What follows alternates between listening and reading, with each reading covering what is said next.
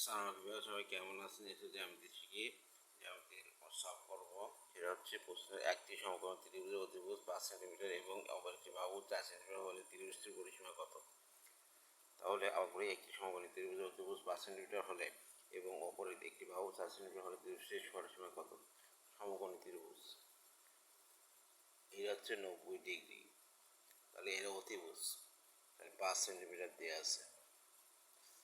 আর অপর একটি বাহু, তাহলে ধরে নিলাম অপর একটি বাহু হচ্ছে 4 সেন্টিমিটার, আর এখানে লম্ব 1 সেন্টিমিটার। লম্বটা ধরে নিলাম যে অপর একটি বাহু, তাহলে আমরা জানি অতিভুজ পিথাগোরাস সূত্র অনুযায়ী লম্ব স্কয়ার প্লাস ভূমি স্কয়ার। পরিসীমা কি? পরিসীমা হচ্ছে 3 বাহুর যোগফল, এটা হচ্ছে সীমা।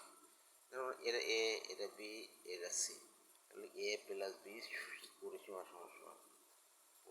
সমান এ প্লাস বি প্লাস সি। তাহলে অতিভুজ কত?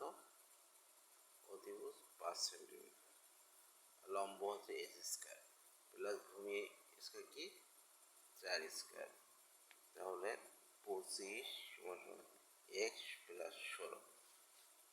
অতএব এস স্কয়ার সমান 25 মাইনাস 16 সমান 9। অতএব এক্স এর মান হচ্ছে 3। যেহেতু দৈর্ঘ্য সবসময়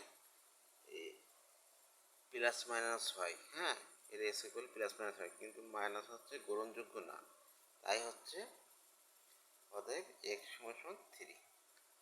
আর পরিসীমা তাহলে কী হবে? তাহলে এটা 3 পেয়ে গেছে, তাহলে পরিসীমা